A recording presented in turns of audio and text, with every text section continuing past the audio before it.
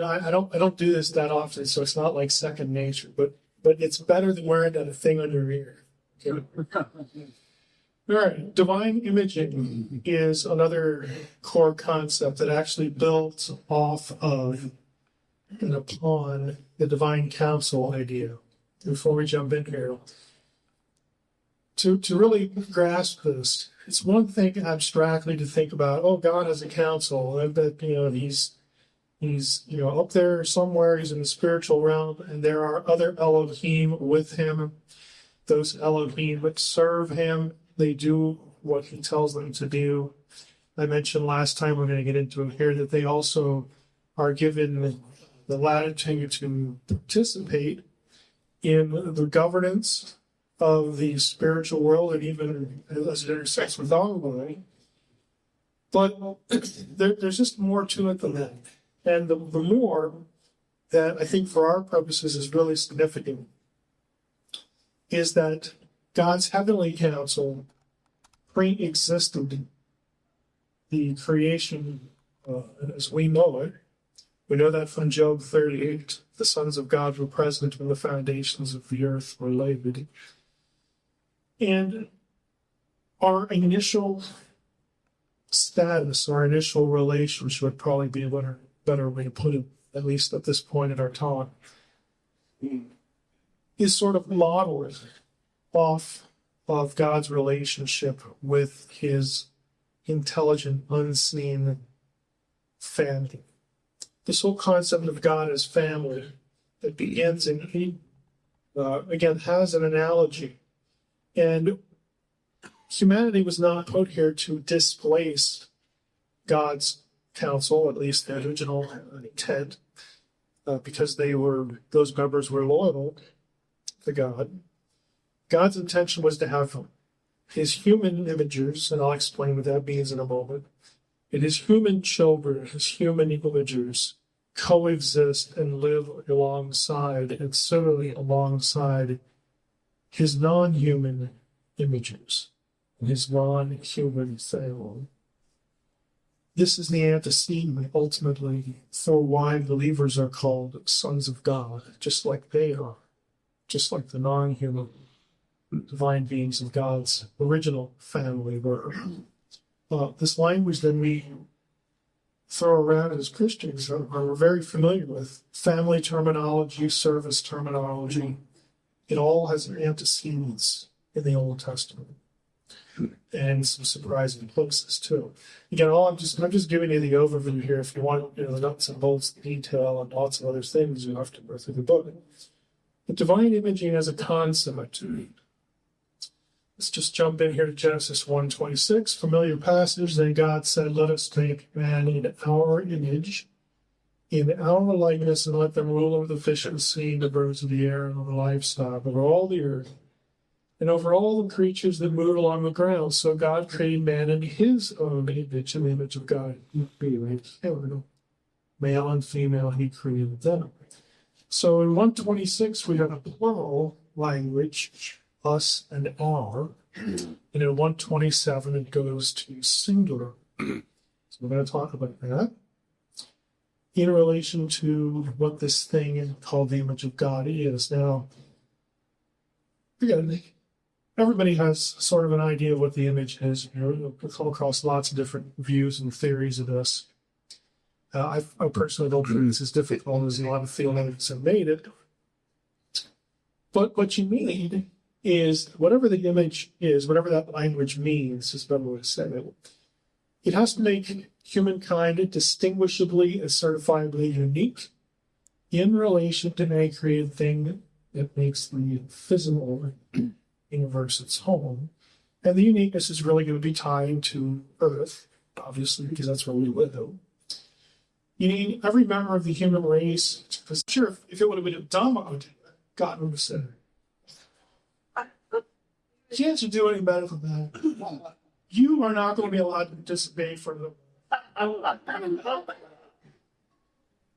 Now, again, we're not being blasphemous here. God does not need a counselor. He doesn't need you. He doesn't need me. He doesn't need us.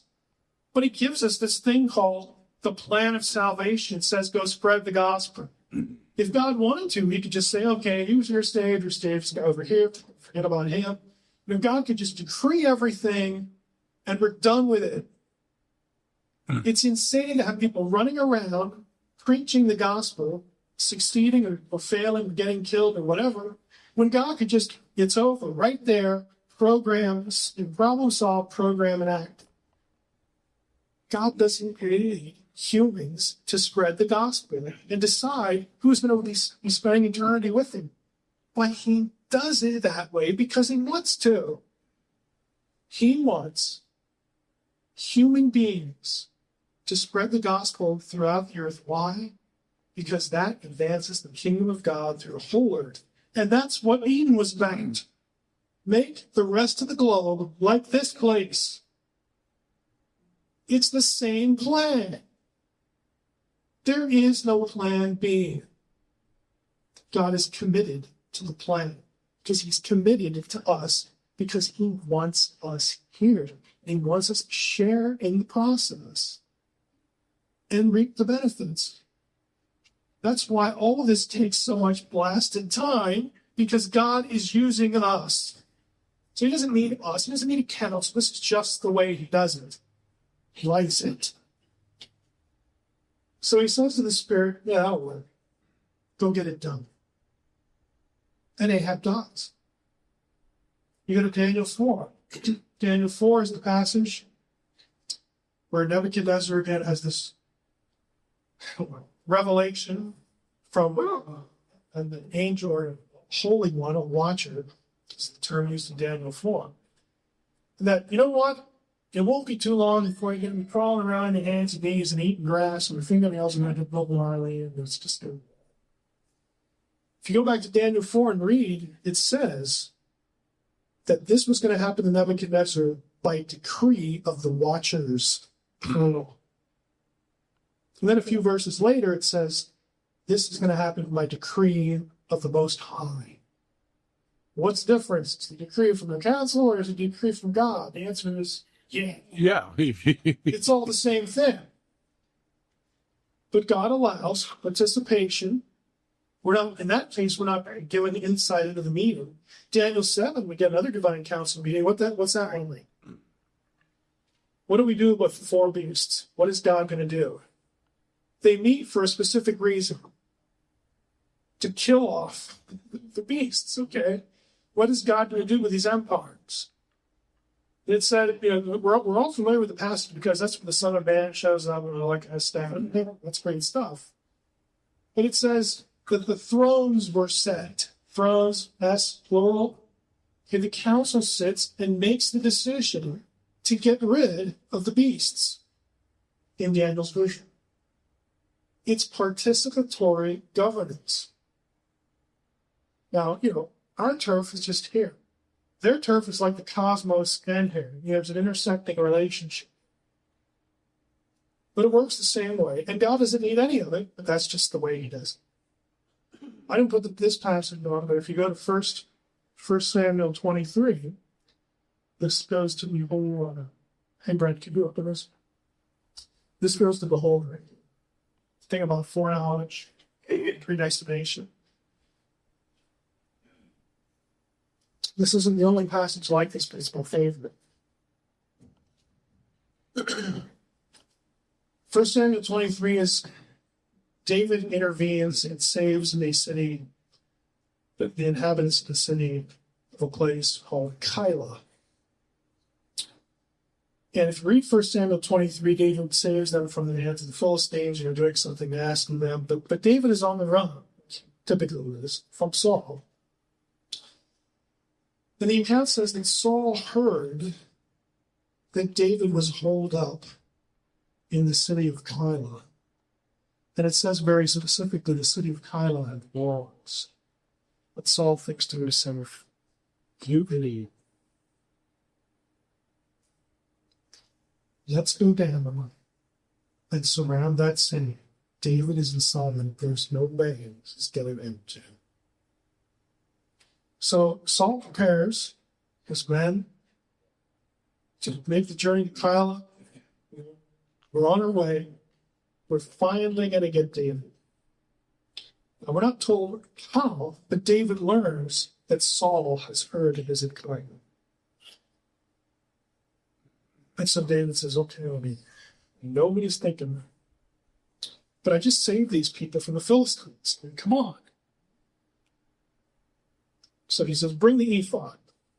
Okay, the garment of the high priest, because he wants to talk to God. There's a question for God. This is the room and the thumimar, and the pouch, and breastplate, the whole bit. So the ephod is brought, and David has a couple questions. He asks God, will Saul come down and surround the city and try? God says, yeah.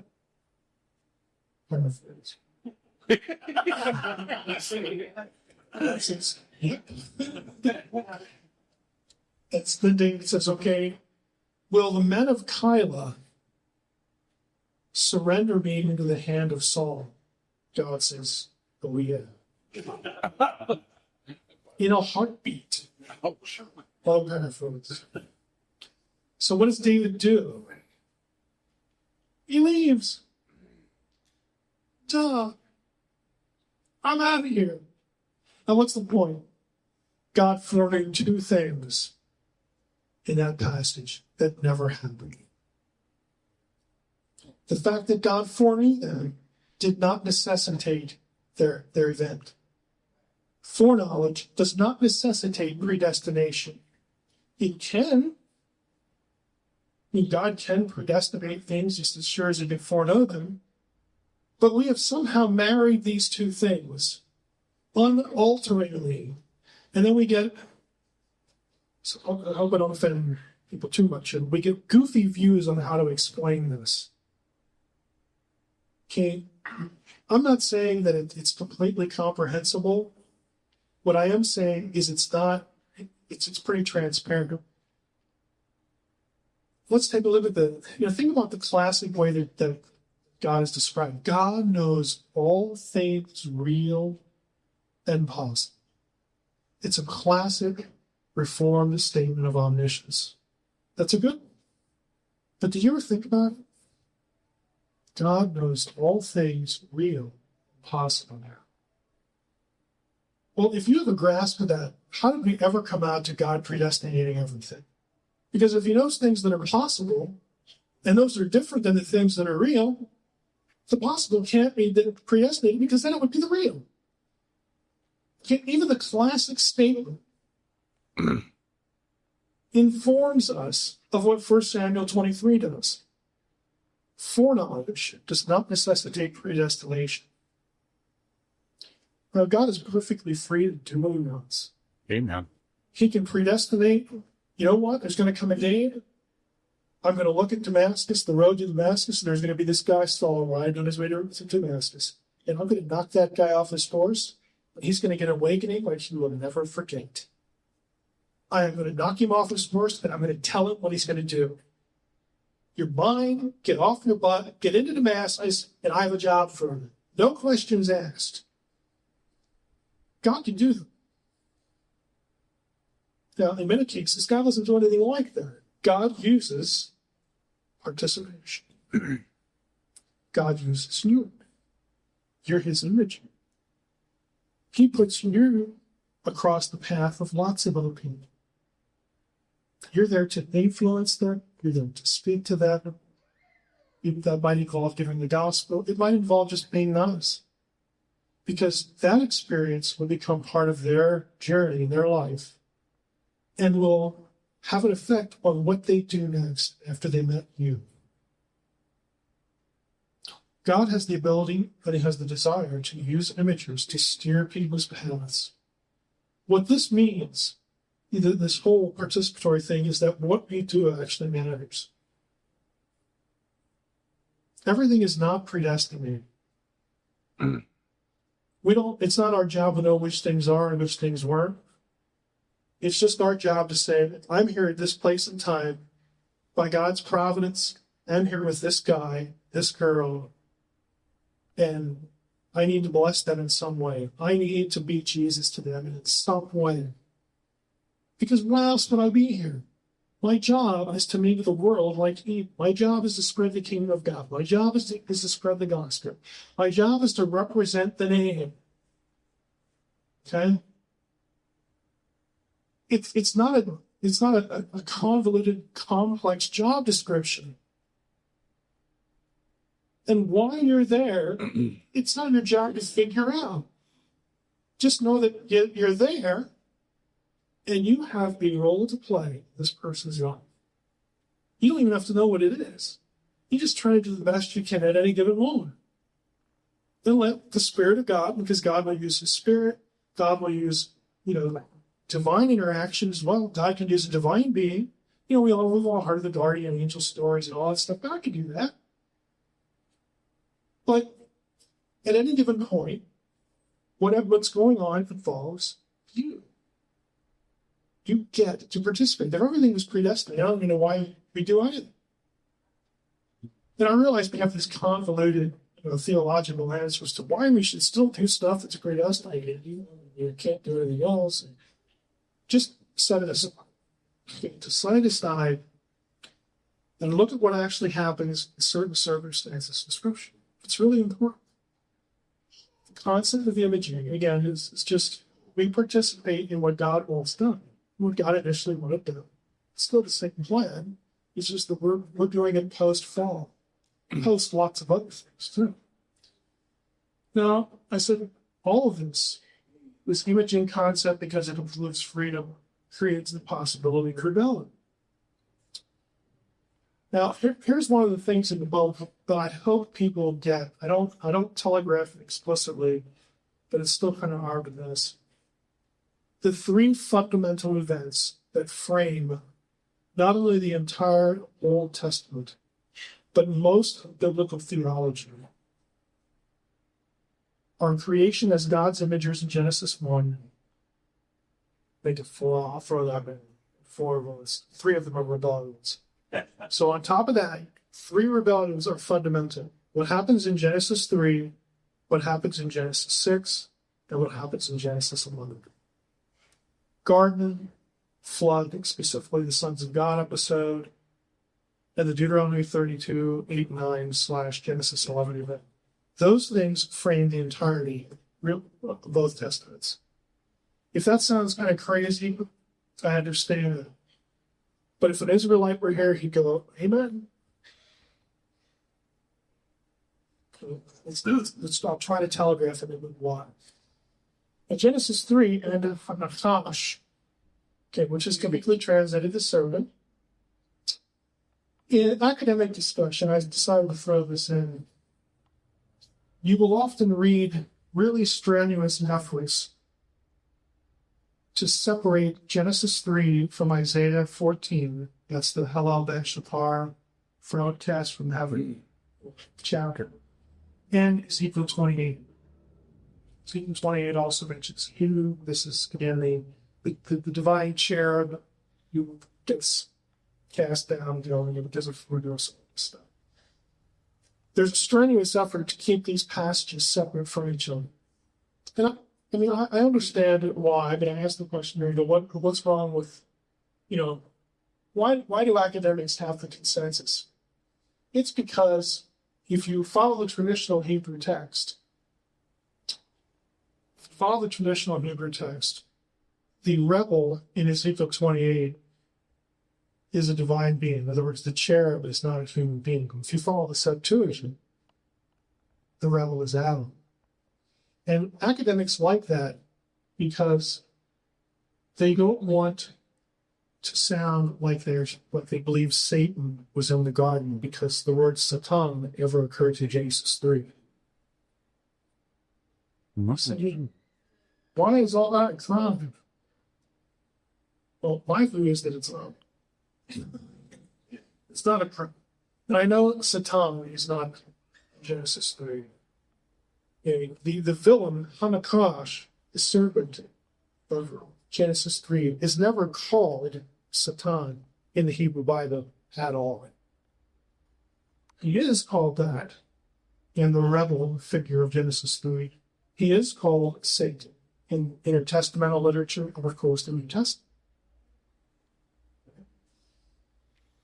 again, if you want to get into why, why does this, sort of change over time? It doesn't really change. It's just the fact that you have a villain that doesn't all the same vocabulary isn't always used to the villain. And that's okay. It academics sort of stress out. What I've done here, this is taken from a book. There are terminological similarities. Okay, you'll notice over here, I'm going to cite Genesis 3, Ezekiel 28, and Isaiah 14. There's a lot of linkages between these three passages. You have Nakash, which, if it's a noun, if Hanakash should be considered as a noun, it was circle. So, fine.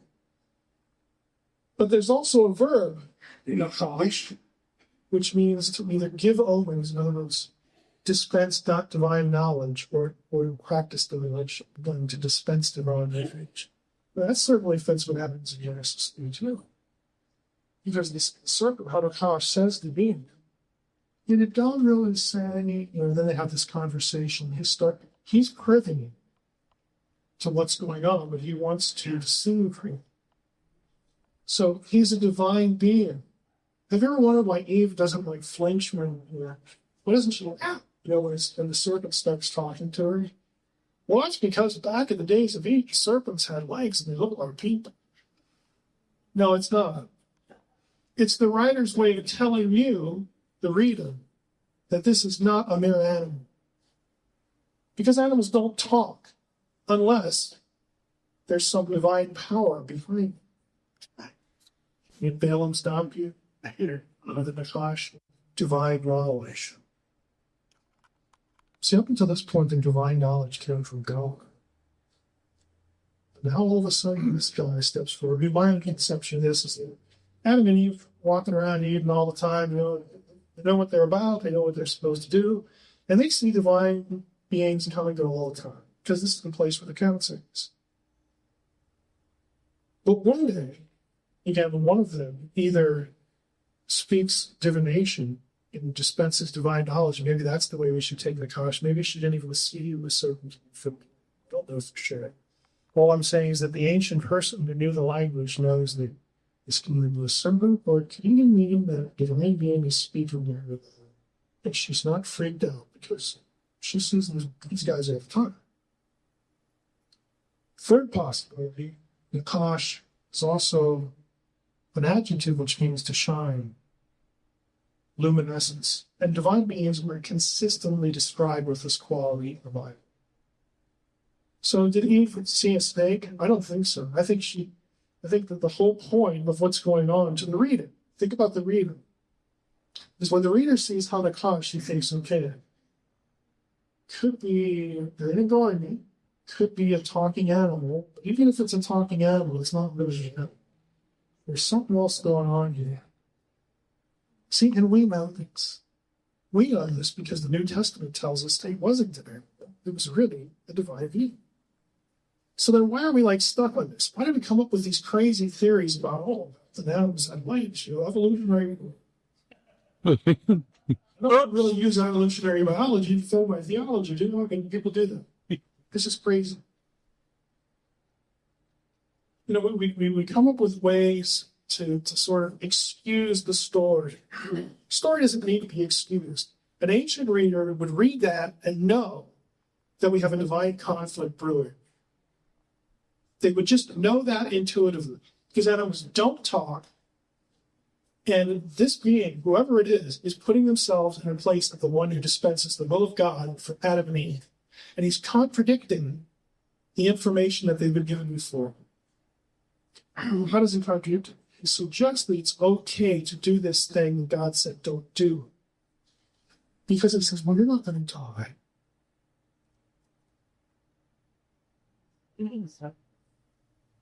Now, we know the story. Again, Second Temple Judaism was all over this. Nothing I'm saying here we can use today that anybody lived in the Second Temple period, the intertestamental period. You get lots of speculation on what was going through the Nakash's mind.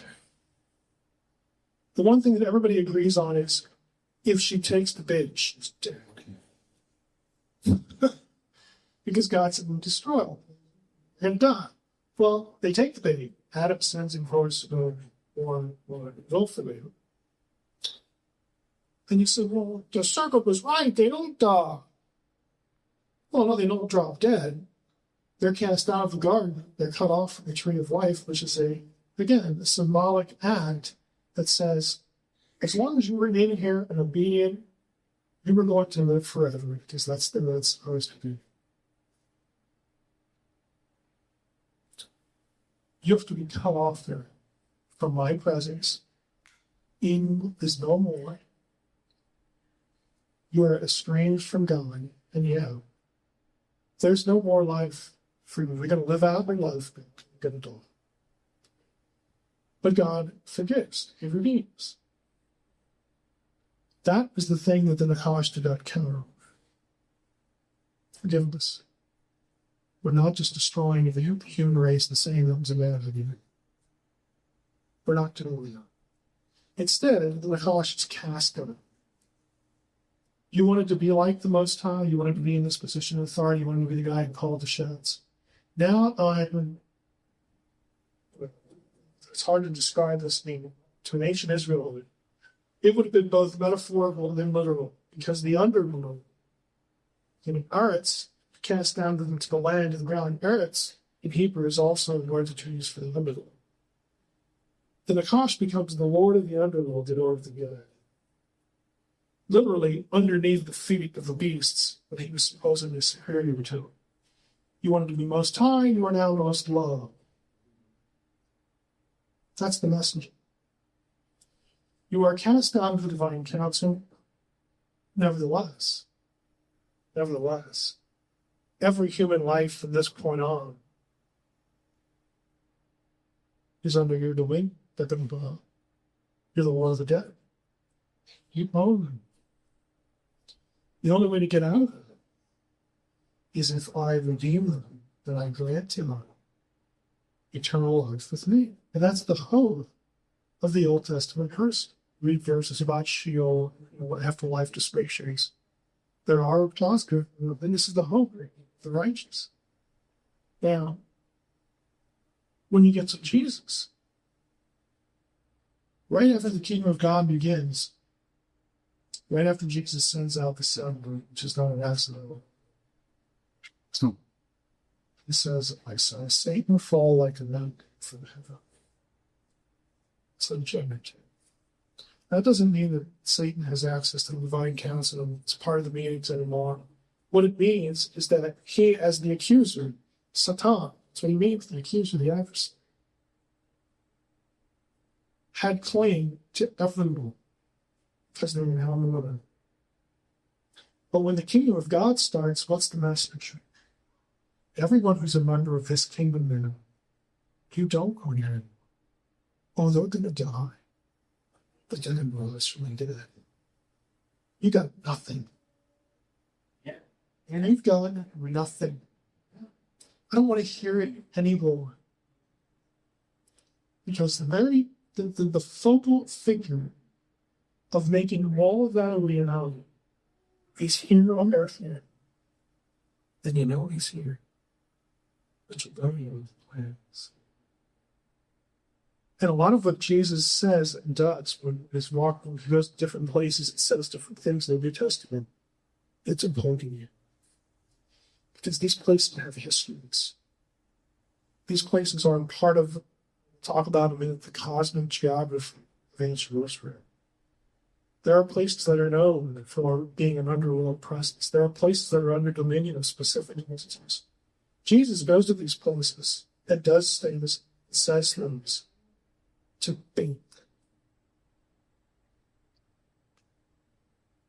fact, when he goes to, get really far ahead of myself here, but I just like the stories. When he goes to Caesarea with this pastor, where upon this rock I will build my church, and Matthew 6:20.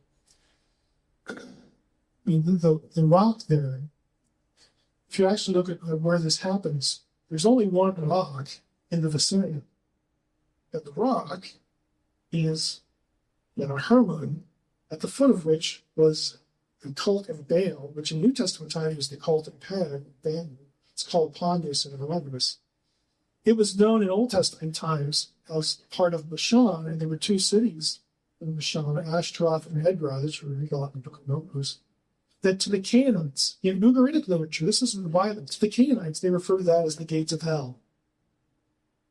So Jesus goes there and says, yep, this is the gateway. Guess what? The gates of hell will not withstand church. I'm going to make Satan's domain his tomb. Didn't do anything about it. 3 days later, he goes into the mountain, which is Mount Hermon. For familiar with the second time of liturgy, Mount Hermon is the place where the watchers descend, sons of God of Genesis 6, to rebel against the Most High. What does he do there? Such a nice speculation. And he didn't do anything about it.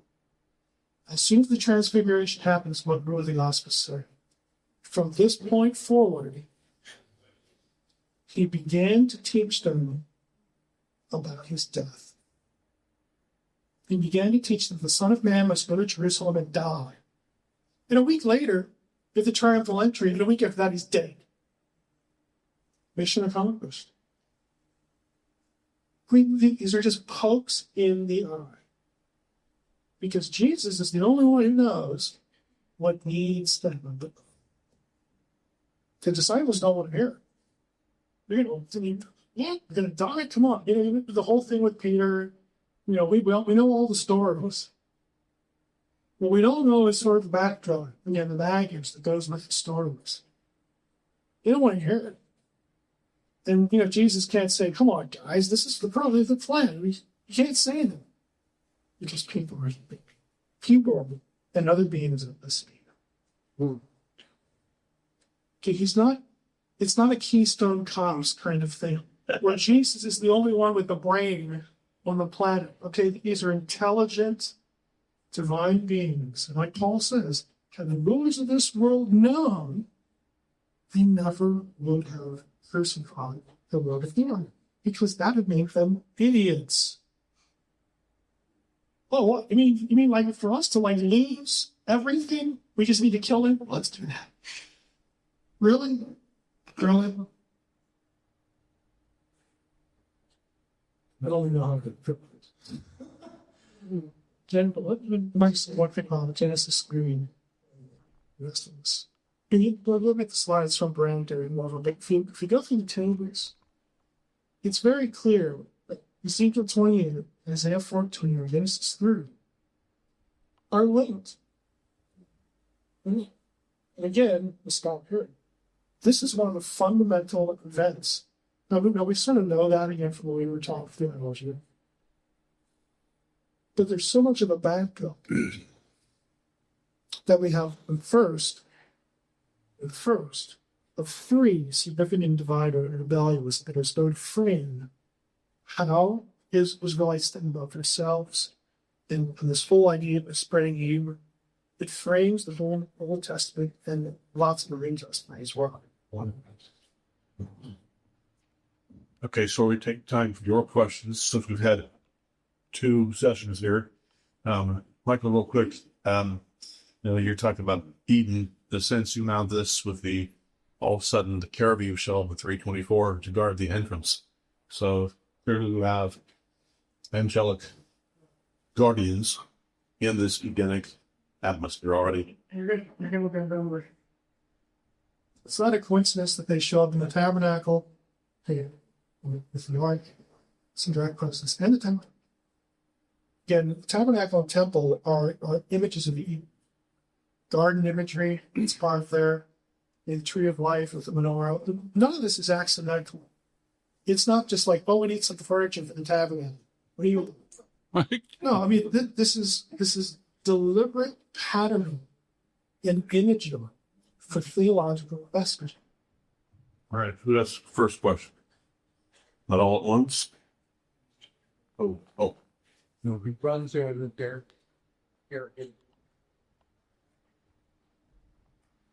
You said that, and there are several possible interpretations of the Chash, that maybe it's not an animal serpent, But then when it says he's the craftiest of all animals, and then he does remove his legs and the curse, what about that?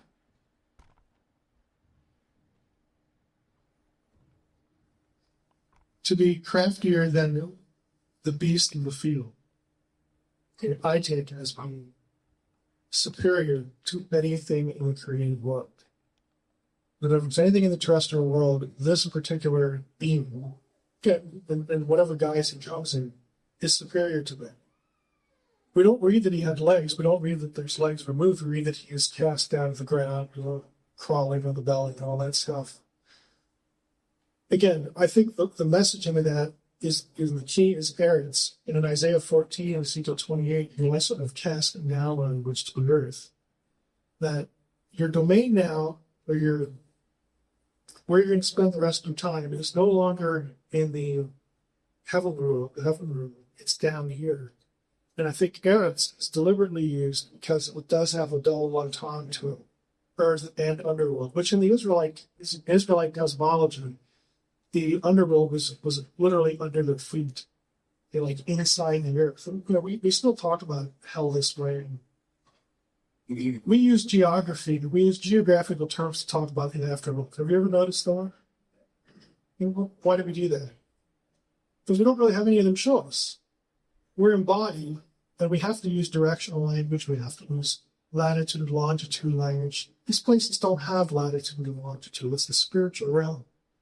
But the language that's used in passages like Genesis 3 or Isaiah 14 or Ezekiel 28, it's the language that humans have to use to communicate the ideas to other humans.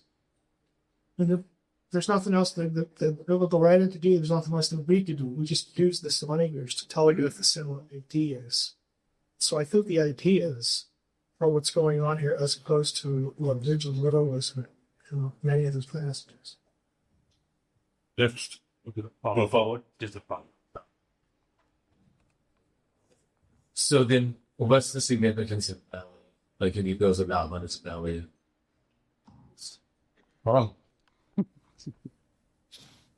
It's the imagery. And animals on their belly are the lowest of the low. So you are now, you want it to be most high. Now you're going to be basically in a place where other animals can step on you. But again, the theological imagery is that you're not only cast down to earth, you're actually even lower than that. And you want it to be most high, and you are most low. You can't go any lower, either in the physical or the spiritual realm. Next. No, you got questions. I have one of them all the specific is All right, Fred. Probably. participating in all of this. I've been really opened up my eyes, and my wheels are just turning and things are starting. The scripture is just starting to fall into place. I still struggle in Genesis 1 and 2 because and I know this isn't the topic. I'm looking to you as the language scholar. What are we looking at? There are so many opinions about Genesis 1 is a period of time, and then Genesis 2 is a period of time, and Genesis 3 starts a following period of time. And I have a college background too, and I'm looking at Genesis 1:1 is my thesis statement. This is God's thesis statement. I created. And then 2, 3, and on start, and this is how I did it. Am I correct in that assumption? Not knowing the background of the language?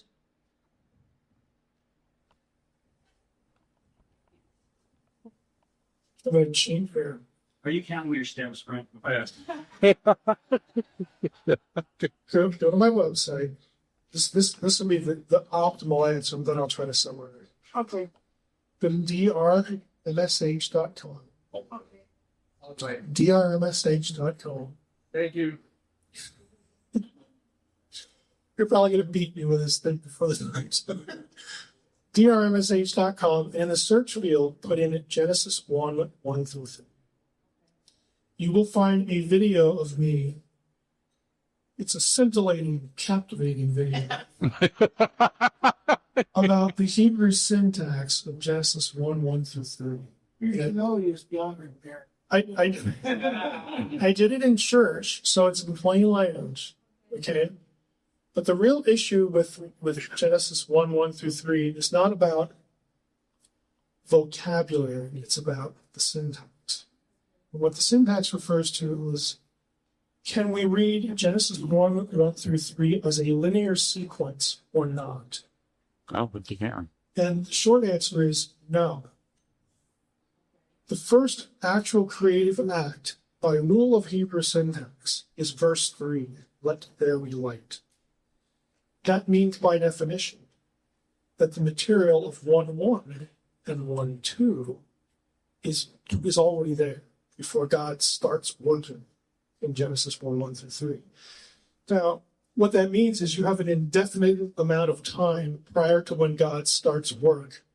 We know from other passages that God is the creator of all things in heaven and earth. So, yeah, God still created that stuff. The point is that in those 3 verses, the first act is in verse 3. Again, and since I care about Hebrew, since that's the language it was inspired in, I'm going to go with it. Now, some translations will reflect that. The other issue is Bereshit.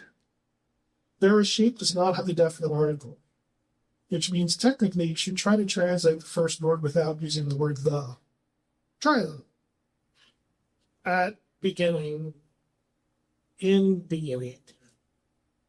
Don't create. It's really boring, but there's no article. There's no definite article, and that's because there's a circumstantial clause or a title. If it's a circumstantial clause, the way you should translate it is the way the JPS Tanakh has it. When God began to create.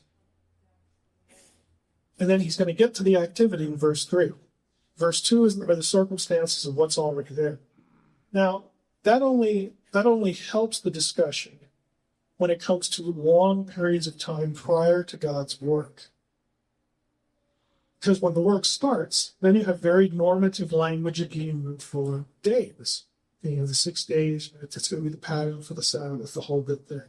And it's true that even, evening and morning with a qualifying number doesn't have to be a 24-hour period. I know that, but I think it's fair to say that most Hebrews would have read it as days, historical days. Now, I've said all of that, and here's my short response to it.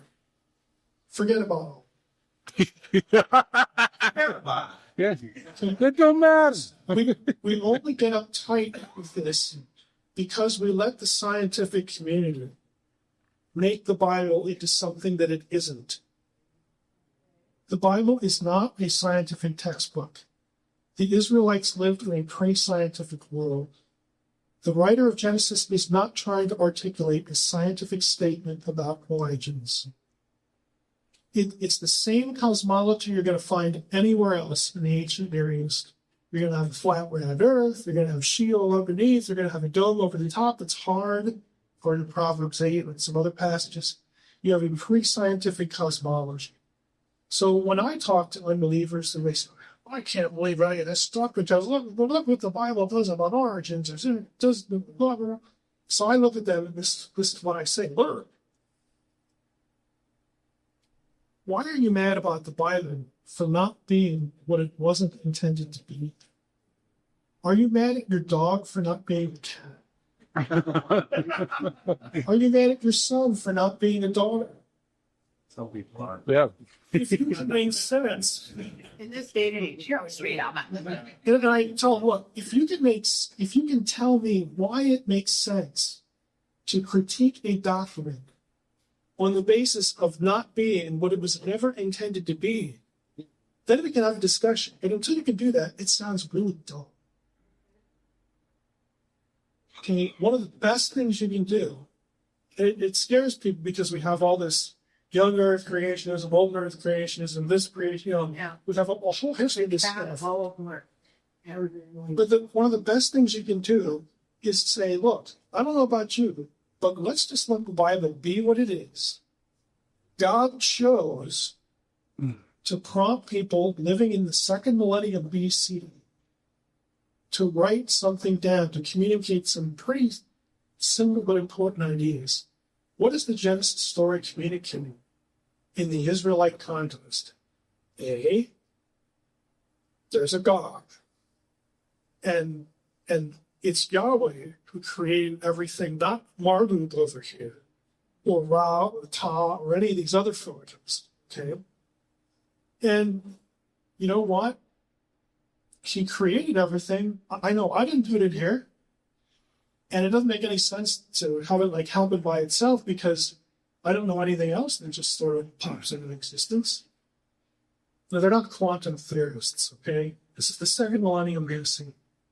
And so, if there's a God, and he's mighty enough to do this, and he created us, so that's part of the story, then does it seem reasonable that we should listen to him? Sort of take the right place in the pecking order, and when it says other stuff, we might want to listen. And I wonder what he thinks of this. And I wonder about the whole, why are we here? What's our purpose? Or, it introduces really significant theological concepts. So God, back in the second millennium, third millennium, whatever, BC, looks down and God thinks to himself, actually, we need to get across some pretty important ideas here. And these people don't know bleeds about what really happened. And frankly, if I told them, it's a waste of my time. Even if they can record the stills, nobody's going to understand it. Because they don't know anything about what people later are going to call science. So you know what? I'm just going to let them express certain ideas that are really important in their own language, to their own people, in their own culture, with their own literary devices, their own fill in the blank. You know what? They are fully capable of pulling that off.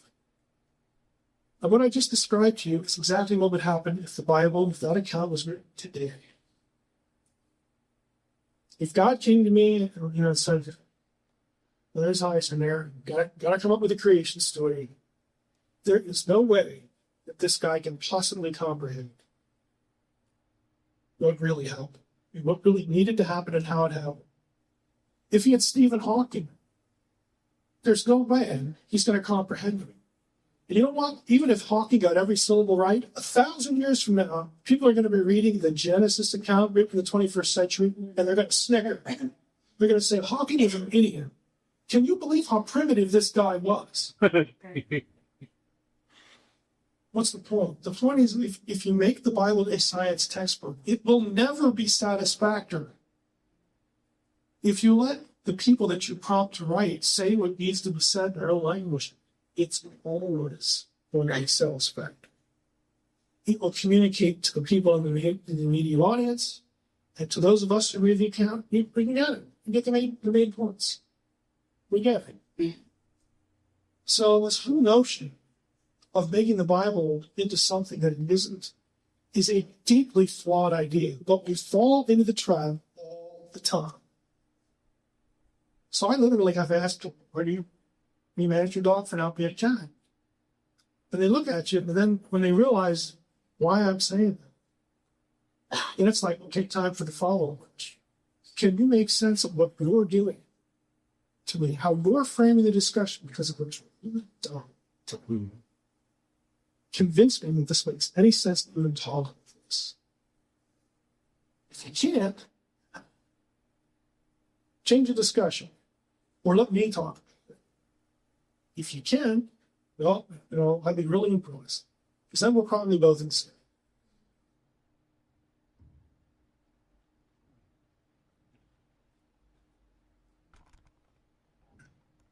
Okay, my question's out of Daniel 7, and it's specifically about the interpretation given there. As you probably know, a lot of times in Jewish literature, they interpret the one like the Son of Man as being a reference to Israel. And my question is, obviously I go to read the opposite New Testament, what is it out? And the Son of Man is the cloud rider. It's strong imagery there. Well, I was curious because it does say, it talks about the Most High there later in the chapter. I was wondering what you thought maybe about Baal enough, he was the cloud rider in the Canaanite literature, and he was actually given the title Most High. Actually, it wasn't Palestine. So could that be there that the Most High reference in there actually is a reference to one like the Son of Man?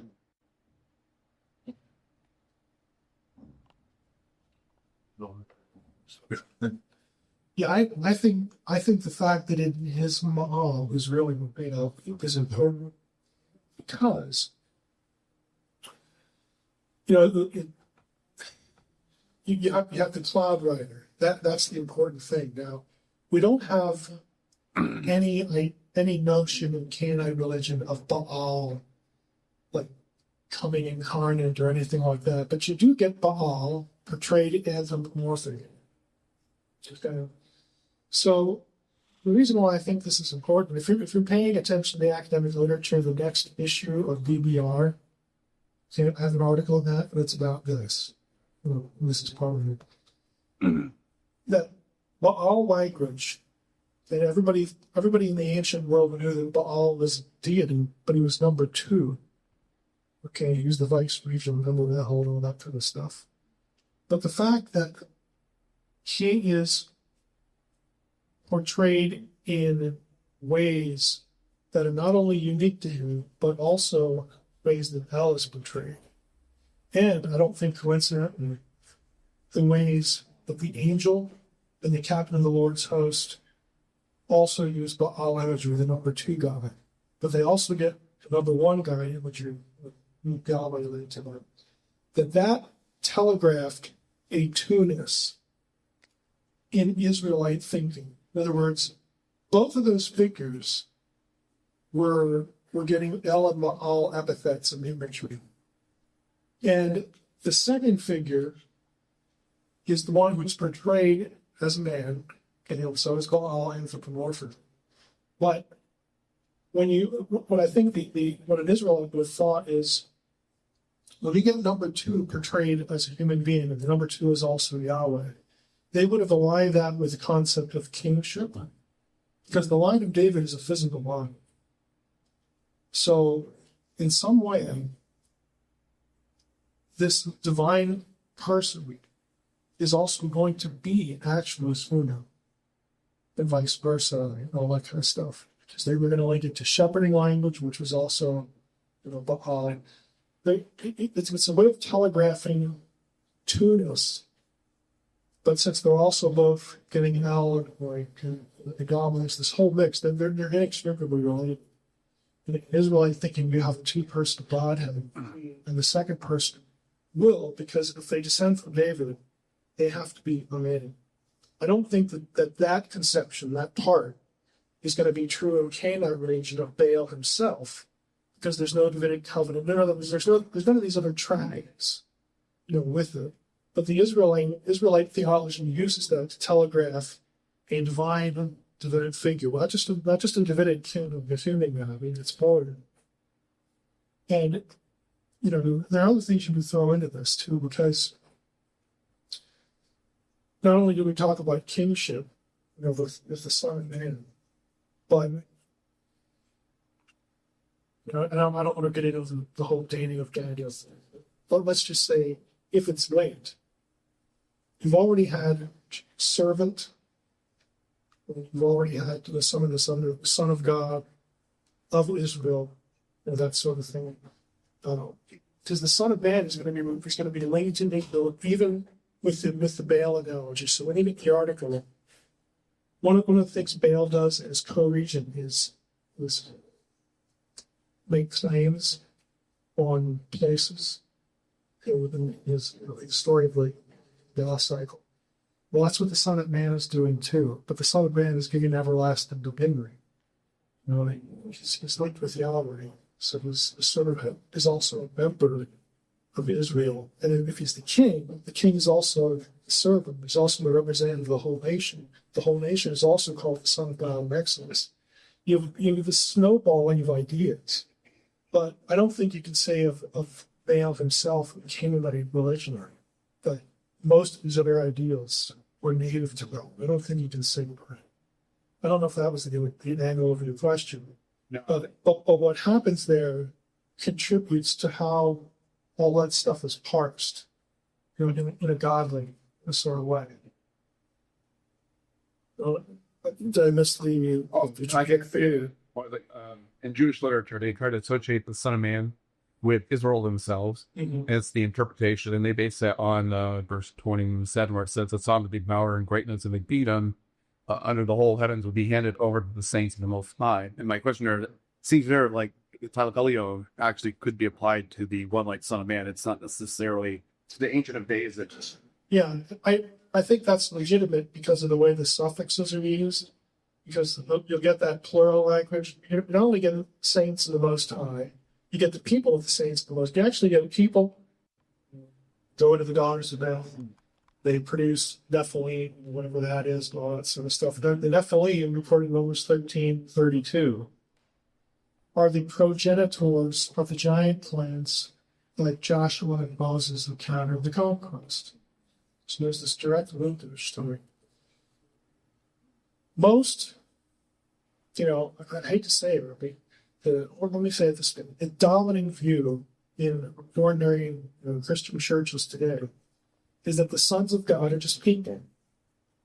And they're either the descendants of Seth, the so-called Sethite view, or your kings, who just, wanted to marry the woman. I don't know why that's unusual. It doesn't explain what the Nephilim are, either getting as the Sethite view. There's all sorts of problems with these views.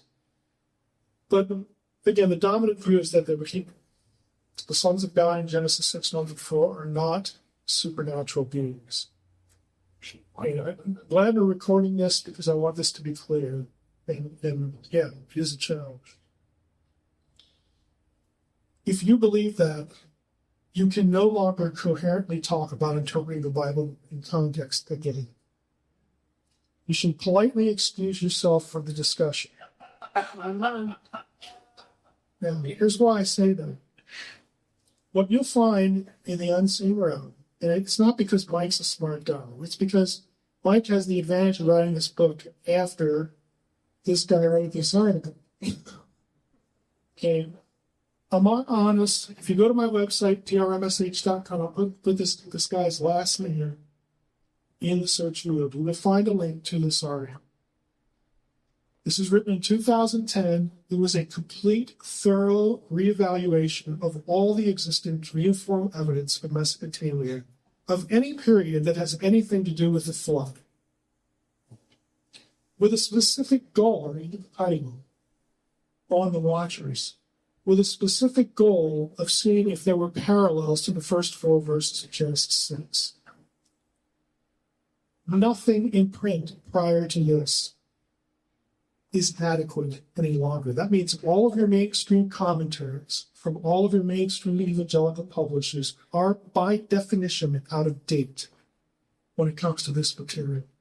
That's why I say, if you're going to take a human view of Genesis 6:1-4, politely excuse yourself from talking about interpreting the Bible in its original context, because you ain't doing it. What Honest does is he assembles, or let's see if I can say, Honest focuses on figures in Mesopotamian material called the Abkalin. They have point for point every parallel of the way the sons of God and the Nephilim are described in Genesis 6:1-4. The quick and dirty version is that the Abkalin to the Mesopotamians, before the flood, were divine beings, fully divine. And they naturally possess divine knowledge. Stuff that humans just don't know, or can't, or shouldn't know, or whatever. And the Mesopotamian storyline is that to preserve, this knowledge, because they start doling it out, on the people. And there's conflict of the pantheon and eschatology lead to destroying people and all this kind of stuff. The gods are battling over what should we do with your hand because they make a lot of noise. And so, to make sure that the divine knowledge survives on the earth, the Abkalin came down and mate with human beings so that after the flood, the results of that activity are also called Abkalin, They possess or transmit divine knowledge, and oh, by the way, they're also germs. Gilgamesh is referred to. Go back.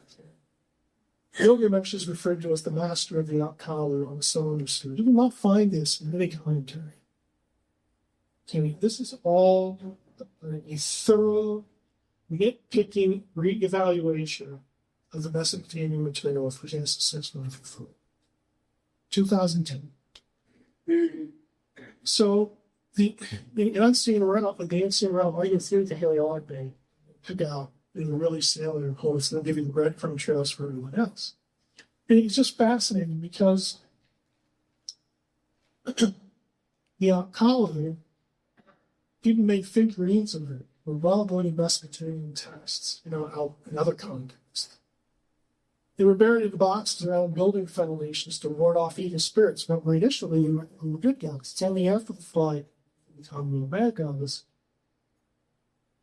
The boxes are referred to in Akkadian, it's a typo, as Matsare, which means in Akkadian, watchers. It suggests that's a significant power. Now you say, well, who cares about this? What does it mean? Here's what it means. It means that Genesis 6, 1 through 4 was written very specifically to poke this in the eye. It means you cannot be interpreting Genesis 6, 1 through 4 correctly if you make the sons of God and the Nephilim anything other than divine and quasi-divine beings. If you do that, you are not interpreting the passage in light of its original context. The biblical writer wrote it in, his original readers read it.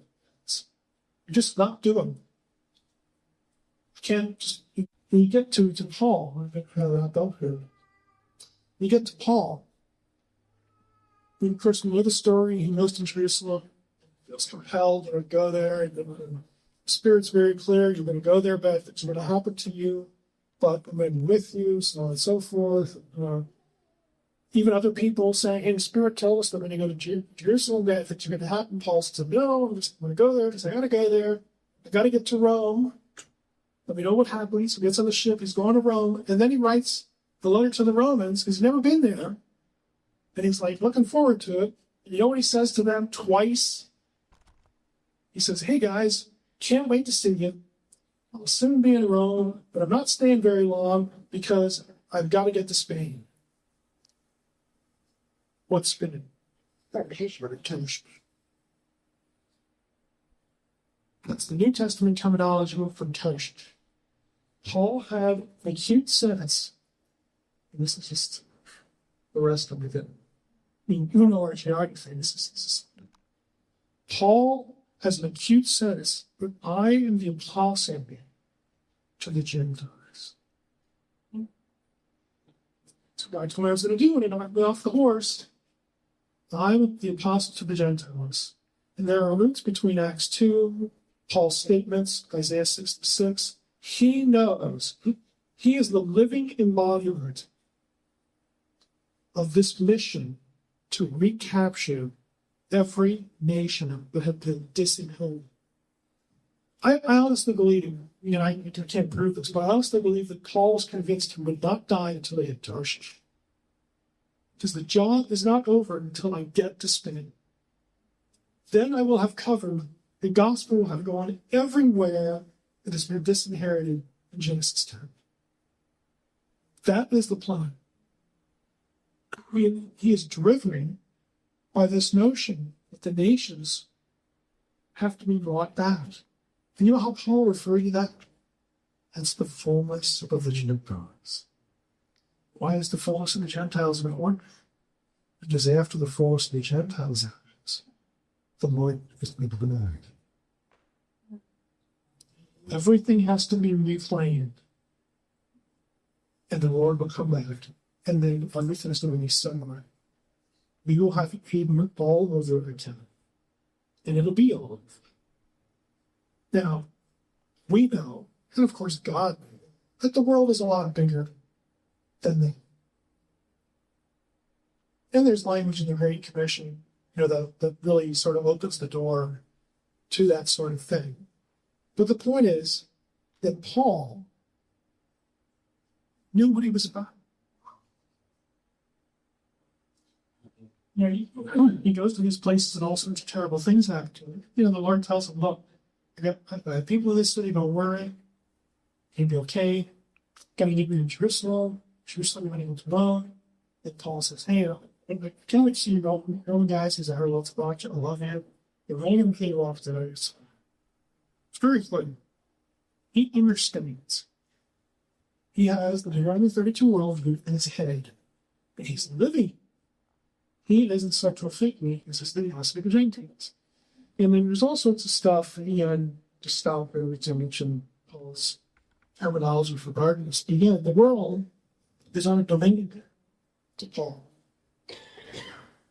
He understands that everywhere we go is on a domain.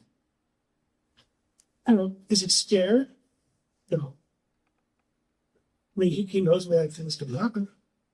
Bad things have happened. But he knows the plan. He knows what the goal is. Everywhere he goes, I believe more infiltrators. It's just a numbers game. More infiltrators everywhere we go. The kingdom of God will expand on a day-by-day basis. Every time it expands, they lose. They lose people, they lose turf. Eventually, they're going to lose it all. So when you get to the end of the book of Revelation, Jesus says crazy stuff like this. To him that overcomes, I will set over the nations. Revelation 2, Revelation. To him that overcomes, I will set over the nations. I will give to him the morning star. The morning star was a messianic symbol, messianic title. That means believers are going to share the messianic rule over the nations, which by definition means that they will displace the sons of God. This is why we are called sons of God. It is no accident. We are sons of God not only because we're members of God's family, we are sons of God because it is our destiny to rule the nations that are now ruled by fallen sons of God. Because it all has to go back to Eden. The world will become Eden. That is the original plan. There is no plan B. I am big enough as God to get this done without having predestinated whether you brush your teeth 20 strokes or 21 this stroke. I made you to like me. I will get the job done. I will steer everything using your freedom and the freedom of lots and others to get it done. It will get done. I'm committed to humanity. I just like the ultimate of having you be part of it. This world is not your home. You know, you get this language with Jesus. People are going to hate you because they hate me. Pretty obvious. But this isn't your home. This was just a part of the process to make this world like it was supposed to be. And you're going to enjoy it. But I also want you to participate in making it happen. I just want to do it that way. Do I have to? I just want to. You know, Paul says, think of the divine council, 3 tiers. God at the top, sons of God, and it's a status position. It really refers to a household now, a ministerial household. And at the bottom, you have the angels. Paul says in 1 Corinthians 6, he gets upset with the Corinthians because they're taking each other too far. You know, which I think is basically civil stuff. Probably Paul is sanctioning Billy Gill. He says, why are you doing this? Why are you taking each other to court? Why are you not willing to suffer loss? Don't you know that you're going to rule over angels? How's that? You're the sons of God. Don't you? You, Christians, are the reconstituted divine council, the ones that are loyal to Yahweh. He will displace those who are in rebellion. And that will be the situation in globe. That's biblical theology. Get all I've done here tonight is trace threads. I'm going to pick half a dozen of them. There's a whole lot more. It's just that we have to be able to. And again, like this isn't overnight. I read the book at the beginning, and if you go to the website, I made a companion website that I referred to in the book. The book's called The Unseen Realm. The companion website is More Unseen Realm. You go to that website and you click on what's next. Oh, I got plenty of material left. That's what People. I mean, this has been a. This is.